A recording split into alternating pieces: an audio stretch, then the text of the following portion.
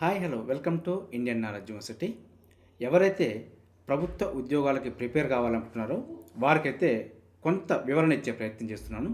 నువ్వు స్టేట్ గవర్నమెంట్కి ప్రిపేర్ అయినా సెంట్రల్ గవర్నమెంట్కి ప్రిపేర్ అయినా కూడా ఇప్పుడు నేను చెప్పే విషయాలే వర్తించడం జరుగుతుంది. సో మనం ప్రధానంగా చూసుకుంటే మనకు డిస్ప్లేలో కనపడుతున్నట్టు మనం సిలబస్ సంబంధించి చూసుకుంటే ఇండియన్ హిస్టరీ, అదేవిధంగా geography, Indian polity, Indian economy, general science and general knowledge, current affairs, arithmetic, reasoning and pure maths, ఈ టాపిక్స్ మాత్రమే మనకు ప్రభుత్వ ఉద్యోగాలకు రావడం జరుగుతుంది. సో ఒక్కొక్క ఎగ్జామ్స్కు కొంచెం వేరియేషన్ అయితే ఉండొచ్చు. సో ఒక దాంట్లో ఆర్థమెటిక్ ఎక్కువ ఉంటుంది, ఒక దాంట్లో ఇండియన్ హిస్టరీ ఎక్కువ ఉంటుంది, ఒక దాంట్లో జాగ్రఫీ, లేదంటే జిఎస్ సపరేట్గా ఉండడం జరుగుతుంది. కాబట్టి జిఎస్ అన్నప్పుడు జనరల్ స్టడీస్ వస్తుంది. సో జనరల్ స్టడీస్లో మనకు history, geography, polity, economy, general science, general knowledge and current affairs, so ఇవన్నీ కలుపుకొని మనకు జనరల్ స్టడీస్ అనడం జరుగుతుంది. సో ఇందులో మనకు ఇది ఒక పేపర్గా రావడం జరుగుతుంది. అదేవిధంగా ఆర్థమెటిక్, రీజనింగ్, ప్యూర్ మ్యాథ్స్ సంబంధించి సపరేట్ పేపర్ రావడం జరుగుతుంది. సో కొన్ని ఎగ్జామ్స్కి ఏమో arithmetic, reasoning with general studies ఇవన్నీ కలుపుకొని ఒకటే పేపర్ రావడం జరుగుతుంది. సో అలాంటప్పుడు మనకు మార్క్స్ అయితే డివైడ్ చేయడం జరుగుతుంది. సో ఏది ఏమైనప్పటికీ ప్రభుత్వ ఉద్యోగానికి మొత్తం ఈ సిలబస్ చుట్టూ మాత్రమే తిరగడం జరుగుతుంది. సో 1 సంవత్సరం చదివినా ఇదే సిలబస్సు, 2 సంవత్సరాలు చదివినా ఇదే సిలబస్సు, సో నువ్వు 5 సంవత్సరాలు చదివినా కూడా ఇదే సిలబస్ను రిపీటెడ్గా చదువుకోవాల్సి ఉంటుంది. సో ఇందులో మారేది ఏదైనా ఉంది అని అంటే కరెంట్ అఫైర్ ఒక్కటే కొంత మారడం జరుగుతుంది.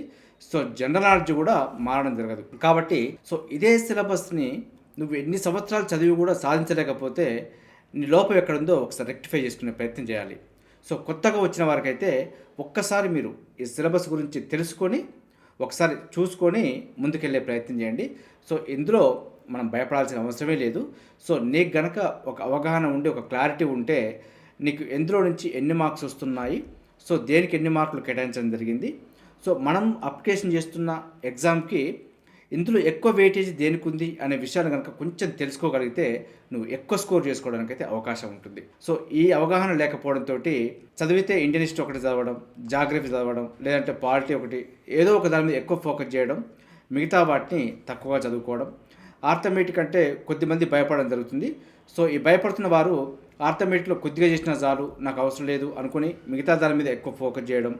అదేవిధంగా రీజనింగ్ సంబంధించి ఈజీగా ఉంది, నేను ఇక్కడ చేయకుండా ఎగ్జామ్లో డైరెక్ట్ చేస్తాను అంటే కొంత నెగ్లెక్ట్ చేయడం. సో ప్యూర్ మ్యాథ్స్ సంబంధించి నేను మ్యాథ్స్ స్టూడెంట్ కాదు కాబట్టి నాకు మ్యాథ్స్ రాదు, ఇది అవసరం లేదు, ఇది వస్తే వదిలిపెడతాను అనుకుంటూ కొద్దిమంది. సో ఎక్కడెక్కడో చిన్న చిన్న ల్యాక్ ఆఫ్ నాలెడ్జ్ తోటి కొంత వెనుకబడడం జరుగుతుంది. సో ఇందులో ఏది కూడా టఫ్ కానీ హార్డ్ కానీ కాదు.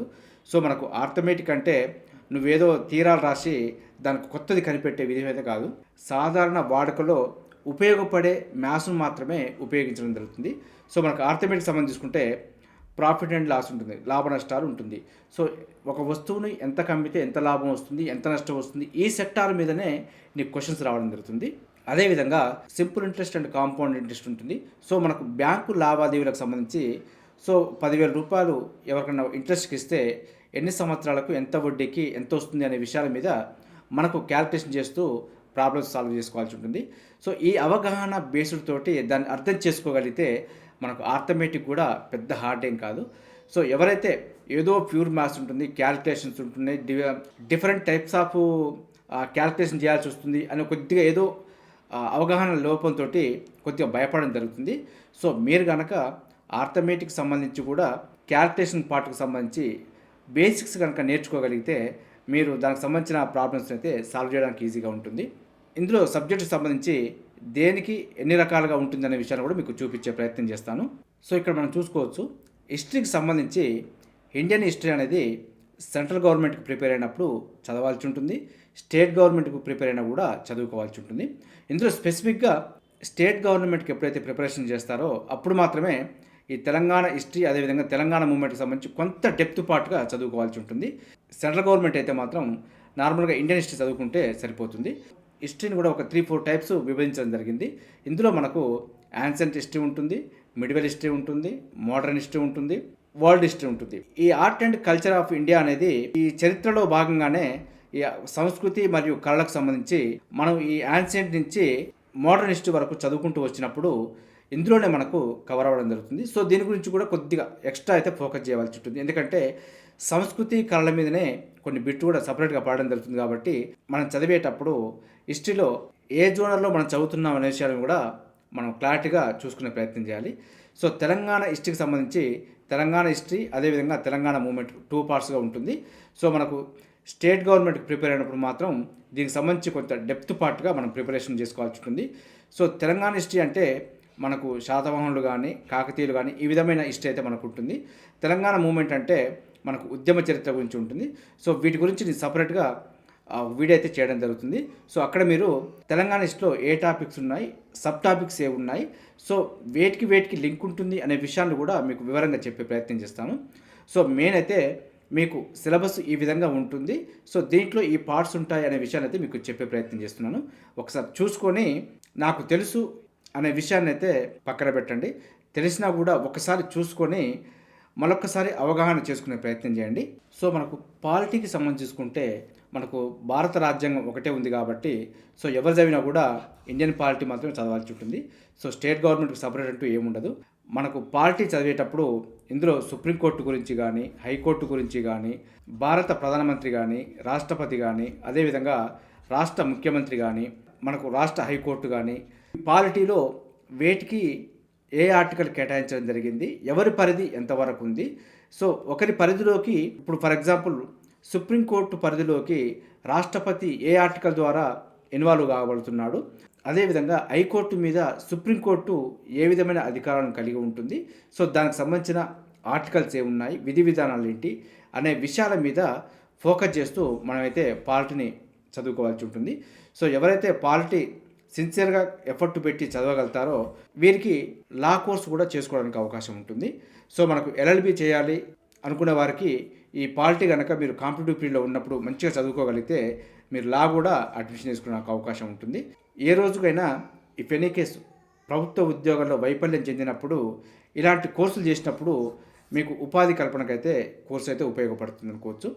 సో మీరు ఏదో ఎల్ఎల్బి చేయాలని కాదు. సో ఇఫ్ ఎనీ కేస్ మీరు ఈ సబ్జెక్ట్ చదువుకోవడం వల్ల మీ యొక్క ప్రిపరేషన్ అనేది కాంపిటేటివ్ ఎగ్జామ్స్తో పాటు మీరు ఏదైనా కోర్స్ చేయాలనుకుంటే ఎల్ఎల్బికి అయితే ఉపయోగపడుతుందని చెప్పుకోవచ్చు.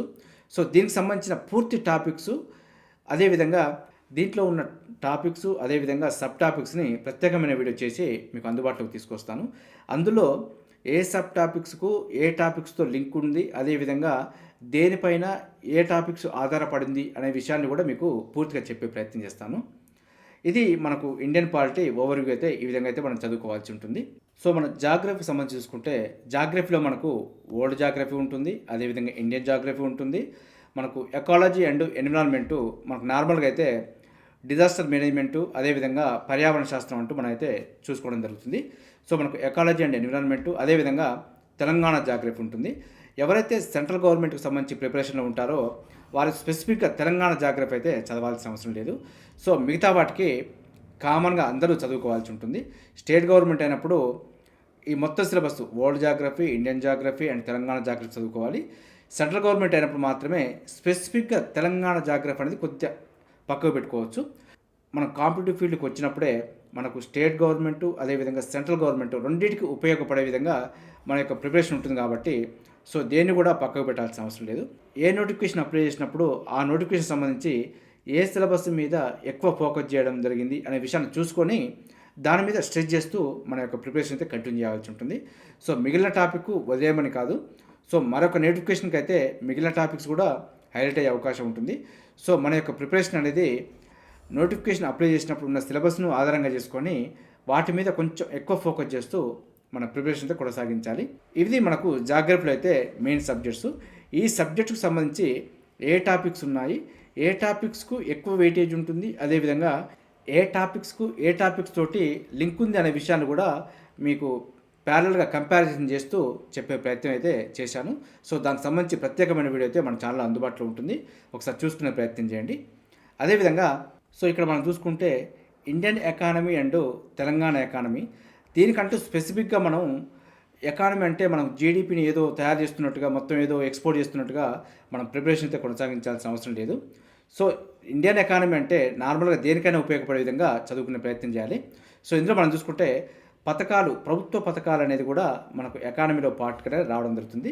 అదేవిధంగా పంచవర్ష ప్రణాళికలు కూడా ఎకానమీలో భాగం. సో ఏ పంచవర్ష ప్రణాళికల కాలంలో మనకు ఏ నిర్ణయాలు తీసుకోవడం జరిగింది, ఏ ఇండస్ట్రీస్ మీద బడ్జెట్ ఎక్కువగా కేటాయించడం జరిగింది, అదేవిధంగా ఏ రంగానికి ఏ పీరియడ్లో ఎక్కువ ప్రాధాన్యత ఇవ్వడం జరిగింది, ఏ ప్రభుత్వం ఎవరి హయాంలో ఏ సంస్కరణలు తీసుకురావడం జరిగింది అనే విషయాన్ని కూడా జనరల్గా అయితే మనకు ఎకానమీలో భాగంగా మనం చదువుకోవాల్సి ఉంటుంది. మనకు తెలంగాణ ఎకానమీకి సంబంధించి చూసుకుంటే స్టేట్ గవర్నమెంట్ స్కీమ్స్, అదేవిధంగా స్టేట్ గవర్నమెంట్ బడ్జెట్, అదేవిధంగా స్టేట్ గవర్నమెంట్లో ఏ రంగానికి ఎక్కువ ప్రాధాన్యత ఇవ్వడం జరిగింది, ఏ రంగాన్ని ఎక్కువ అభివృద్ధిలోకి తీసుకురావడం జరిగింది అనే విషయాల మీద ఎక్కువ కొంచెం ఫోకస్ చేయవలసి ఉంటుంది. సో ఇది ఎకానమీకి సంబంధించి కొంత అయితే మనం నెగ్లెక్ట్ చేయడం జరుగుతుంది. సో ఇక్కడ మాత్రం నెగ్లెక్ట్ చేయడానికి అయితే అవకాశం లేదు. సో ఎకానమీ అనగానే మనకు గ్రూప్ 2, గ్రూప్ 3 తప్ప వేరే సెక్టార్లో రాదు అని చెప్పి ఒక భావన అయితే ఉంది. సో ఎకానమీ చదువుకోవడం వల్ల ఇండైరెక్ట్గా జాగ్రఫీ కవర్ అవుతుంది, ఇండైరెక్ట్గా మనకు కరెంట్ అఫైర్ కవర్ అవుతుంది, ఇండైరెక్ట్గా జనరల్ నాలెడ్జ్ కవర్ అవుతుంది. సో కాబట్టి ఎకానమీ కూడా మనం చదువుకునే ప్రయత్నం చేయాలి. సో ఇక్కడ మనకు జనరల్ సైన్స్కి సంబంధించి చూసుకుంటే జనరల్ సైన్స్లో మనకు ఫిజిక్స్ ఉంటుంది, అదేవిధంగా కెమిస్ట్రీ ఉంటుంది, బయాలజీ ఉంటుంది, కంప్యూటర్ ఉంటుంది. సో చాలా వరకు కంప్యూటర్ అనేది మనకు జనరల్ సైన్స్లో భాగంగా రాదు అనుకుంటారు. సో మనకు జనరల్ సైన్స్లో భాగంగానే కంప్యూటర్ కూడా రావడం జరుగుతుంది. సో మనకు ఫిజిక్స్ చదువుకోవాలి, అదేవిధంగా కెమిస్ట్రీ చదువుకోవాలి, బయాలజీ, కంప్యూటర్, ఈ 4 సెక్టార్లను కూడా మనమైతే కవర్ చేసుకోవాల్సిన పరిస్థితి ఉంటుంది. సో జనరల్ సైన్స్లో ఫిజిక్స్ అంటే మనకు ప్యూర్ ఫిజిక్స్ నుంచి అడగడం జరగదు. సో సాధారణంగా మనకు ఉపయోగపడే సెక్టార్ నుంచే మనకు రావడం జరుగుతుంది. ఫర్ ఎగ్జాంపుల్ చూసుకుంటే కాంతి నుంచి క్వశ్చన్స్ రావడం జరుగుతుంది. మన కెమిస్ట్రీ చూసుకుంటే పీరియాడిక్ టేబుల్ కానీ, అందులో మనకు యాసిడ్స్, బేసిస్, ఆమ్లాలు, క్షారాలకు సంబంధించి కానీ ఈ సెక్టార్లో మన నిత్య జీవితంలో ఎక్కడ ఉపయోగిస్తున్నాం, వాటి వల్ల కలిగే దుష్పరిణామాలు, మంచి పరిణామాలు ఏంటి అనే విషయాల మీద క్వశ్చన్స్ అయితే రావడం జరుగుతుంది. సో బయాలజీకి సంబంధించి మన మానవ శరీరం యొక్క నిర్మాణం, ఆ విధంగా ఆ సెక్టార్కి సంబంధించి క్వశ్చన్స్ అయితే రావడం జరుగుతుంది. సో కంప్యూటర్కి సంబంధించి కూడా ప్రస్తుత టెక్నాలజీకి అనుగుణంగా కంప్యూటర్ మీద ఎంత అవగాహన ఉంది అనే విషయాన్ని కూడా అడగడం జరుగుతుంది. అదేవిధంగా వీటికి అనుబంధంగానే మనకు సైన్స్ అండ్ టెక్నాలజీ నుంచి కూడా క్వశ్చన్స్ అయితే రావడం జరుగుతుంది. సో సైన్స్ అండ్ టెక్నాలజీ అంటే ప్రస్తుతం అంతరిక్ష రంగం కానీ, శాటిలైట్స్ కానీ వీటికి సంబంధించి క్వశ్చన్స్ అయితే రావడం జరుగుతుంది. సో మనకు జనరల్ సైన్స్తో పాటు సైన్స్ అండ్ టెక్నాలజీ కూడా ఫోకస్ చేయవలసి ఉంటుంది. సో ప్రధానంగా మనం చూసుకుంటే general knowledge and current affairs సంబంధించి ఇవి కీలకమైన భూమిక అయితే పోషించడం జరుగుతుంది. సో మనకు ఇందాక చెప్పుకున్నట్టుగా సబ్జెక్ట్స్ అయితే ప్రతి ఒక్కరూ చదవడం జరుగుతుంది. ఎవరైతే ఎక్కువ స్కోరు, ఎక్కువ అవగాహన general knowledge and current affair మీద ఉంటుందో వారైతే కొంచెం ఎక్కువ స్కోర్ సాధించడానికి అయితే అవకాశం ఉంటుంది. జనరల్ నాలెడ్జ్కి సంబంధించి చూసుకుంటే ఈరోజు కరెంట్ అఫైరే రేపటి జనరల్ నాలెడ్జ్ అవుతుంది. సో మనకు ఎగ్జాంపుల్ చూసుకుంటే ఈరోజు నోబెల్ బహుమతిలో అతి చిన్న వయసులో ఎవరైనా సాధించిన వారు ఉంటే అది ఈరోజు కరెంట్ అఫైర్ అవుతుంది. సో రేపటి రోజుకి జీకేలో భాగంగా అతి చిన్న వయసులో నోబెల్ బహుమతి సాధించిన వారు ఎవరు అని చెప్పి అడగడం జరుగుతుంది. సో మనకు ఈరోజు కరెంట్ అఫైర్స్నే రేపటి జీకేగా మనం పరిగణించడం జరుగుతుంది. మనకు కరెంట్ అఫైర్ చదివేటప్పుడు పేపర్ మాత్రమే చదువుకునే ప్రయత్నం చేయాలి. పేపర్ నాలెడ్జ్ ఉంటే మీకు విజువల్గా చూడడం జరుగుతుంది. ఆ రోజు జరిగిన సంఘటనలకి ఆ రోజు కరెంట్ అఫైర్ని లింక్ చేస్తూ మనకు మెమరీలో ఉపయోగపడుతుంది. సో స్పెసిఫిక్గా కరెంట్ అఫైర్ సంబంధించి మ్యాగజైన్ ఒక్కటే సపరేట్గా చదవడం వల్ల అన్ని కరెంట్ అఫైర్ బిట్స్ మనకు మెర్జ్ అవ్వడం వల్ల మనకు ఏ రోజు ఏం జరిగింది, ఎందుకు జరిగింది అనే విషయాలు కొంత మర్చిపోయే అవకాశం ఉంటుంది. మీరు పేపర్ చదువుతున్నప్పుడే కరెంట్ అఫైర్ని కవర్ చేసుకునే ప్రయత్నం చేయండి. సో ఈ కరెంట్ అఫైర్తో పాటే మీరు జీకేని కూడా ఫైండ్ అవుట్ చేయగలగాలి. సో ఈరోజు ఏదైనా హైలైట్ అయినప్పుడు దేనికి మొదట్లో ఎవరు సాధించారు, ఏం కనిపెట్టారు అనే విషయాన్ని కూడా చూసుకునే ప్రయత్నం చేయాలి. అదే మనకు జీకే అవుతుంది, ఇక్కడ మనకు కరెంట్ అఫైర్ అవుతుంది. సో కాబట్టి కరెంట్ అఫైర్, జీకే రెండింటిని ప్యారలల్గానే చూసుకునే ప్రయత్నం చేయండి. సో ఫైనల్గా కాంపిటేటివ్ ఫీల్డ్లో ఎక్కువ మంది స్ట్రగుల్ అయ్యేది ఆర్థమెటిక్ దగ్గర. సో ఆర్థమెటిక్ నేను నాన్ మ్యాథ్స్ స్టూడెంట్స్ నాకే ప్రాబ్లం అనుకుంటారు. సో ఫ్రాంక్గా మాట్లాడుకోవాలంటే మ్యాథమెటిక్స్ స్టూడెంట్స్ కూడా చాలామందికి ఆర్థమెటిక్ రాదు. ఈ విషయం వారు కూడా బయటకు చెప్పుకోరు, కానీ వారి యొక్క అంతరాత్మకైతే తెలుస్తుంది. సో ఆర్థమెటిక్ అనేది ఫోకస్ చేయకపోవడం వల్లనే వారు వెనకబడుతున్నారని చెప్పుకోవచ్చు. సో ఆర్థమెటిక్లో మనకు సింప్లిఫికేషన్ కానీ, పర్సంటేజ్ కానీ, యావరేజ్ కానీ, రేషియో అండ్ ప్రపోర్షన్, ఈ 4 సెక్టార్స్ మీద కనుక మీకు మంచి కమాండింగ్ ఉంటే మిగతా ప్రాబ్లమ్స్ ఏది వచ్చినా కూడా మీకు ఎక్కువ చేయడానికి అయితే ఈజీగా ఉంటుంది. సో ఎవరైనా ఈ simplification, percentage, average, ratio and proportions మీద ఎవరైతే ఎక్కువ ఫోకస్ చేయరో సో ఇక్కడే మీకు క్యాల్కులేషన్ దగ్గర వెనకబడడం జరుగుతుంది. సో మిగతా ప్రాబ్లమ్స్ మీద ఎఫెక్ట్ పడుతుంది. సో మీకు 1 minute చేయాల్సిన ప్రాబ్లమ్ని 3 మినిట్స్ 4 మినిట్స్కి అయితే వెళ్ళడం జరుగుతుంది. సో ఎవరికైతే ఈ 4 సెక్టార్స్ మీద మంచి నాలెడ్జ్, క్యాల్కులేషన్ స్పీడ్గా చేయగలుగుతారో మిగతా ప్రాబ్లమ్స్ ఏదొచ్చినా కూడా 1 మినిట్ 40 సెకండ్స్ 50 సెకండ్స్లోనే కంప్లీట్ చేయడానికి అయితే అవకాశం ఉంటుంది. ఇందులో కూడా మీరు ఎవ్వరు చేయని లెక్క నేను చేస్తాను అనే విధంగా అయితే ప్రిపరేషన్ కొనసాగించొద్దు. సో ఎవరు చేసినా చేయకపోయినా మనకు సంబంధం లేదు. మనకు ఉన్న టాపిక్స్లో మనకు ఈజీగా రాగలిగిన, ఈజీగా చేయగలిగే ప్రాబ్లమ్స్ని మనం చేయగలిగితే చాలు. నీకు జాబ్ రావడానికి ఎక్కువ అవకాశం ఉంటుంది. సో అందరూ చేయగలిగే క్వశ్చన్ కూడా నువ్వు చేయలేనప్పుడు ఎవరూ చేయలేని లెక్క చేసి కూడా వృధా కింద చెప్పుకోవచ్చు. సో కాబట్టి మనం ప్రిపరేషన్లో ఉన్నప్పుడు బేసిక్ ప్రాబ్లమ్స్ని 30 to 40 సెకండ్స్లో కంప్లీట్ చేసే విధంగా మన యొక్క ప్రిపరేషన్ కొనసాగాలి. అప్పుడు మాత్రమే నువ్వు ఎక్కువ స్కోర్ చేయడానికి అవకాశం ఉంటుంది. ఈజీగా చేసే క్వశ్చన్ని నువ్వు చేయగలవు, అందరు చేయగలరు. కానీ ఇన్ టైంలో చేయకుండా 2 మినిట్స్ 3 మినిట్స్లో చేసినప్పుడే నీకు మిగతా ప్రాబ్లమ్స్ అనేది నీకు టైం సరిపోక మిగలడం జరుగుతుంది. సో ఇక్కడే మనకు ఆర్థమెటిక్ దగ్గర వెనకబడడం జరుగుతుంది. సో నీకు తెలిసిన ప్రాబ్లమ్స్, నీకు వచ్చిన ప్రాబ్లమ్స్, నువ్వు చేయగలిగే ప్రాబ్లమ్స్ని వితిన్ 20 to 30 సెకండ్స్లో చేయగలిగే స్థాయికి వచ్చినప్పుడు నీకు మిగతా ప్రాబ్లమ్స్ అనేది 1 మినిట్ 1.5 మినిట్లో చేసినా కూడా టైం అయితే కవర్ అవుతుంది. సో మీరు ఆర్థమెటిక్ ప్రిపరేషన్లో ఉన్నప్పుడు ఆ విధంగా ఆలోచించే ప్రయత్నం చేయాలి. దీనికి సంబంధించి నేను ప్రత్యేకమైన క్లాసులు అయితే మన ఛానల్ అందుబాటులో ఉంచుతాను. సో ముందు మీకు ఆర్థమెటిక్కి సంబంధించి ప్రత్యేకమైన వీడియోలు అయితే మన ఛానల్ అందుబాటులో తీసుకొచ్చే ప్రయత్నం చేస్తున్నాను. సో చూసే ప్రయత్నం చేయండి.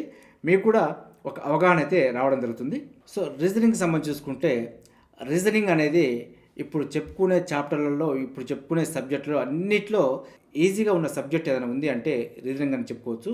కానీ రీజనింగ్ ఎవరూ చేయలేరు. దీనికి గల ప్రధాన కారణం మనం ఇంటి దగ్గర ఉన్నప్పుడు ప్రాక్టీస్ చేయకపోవడం.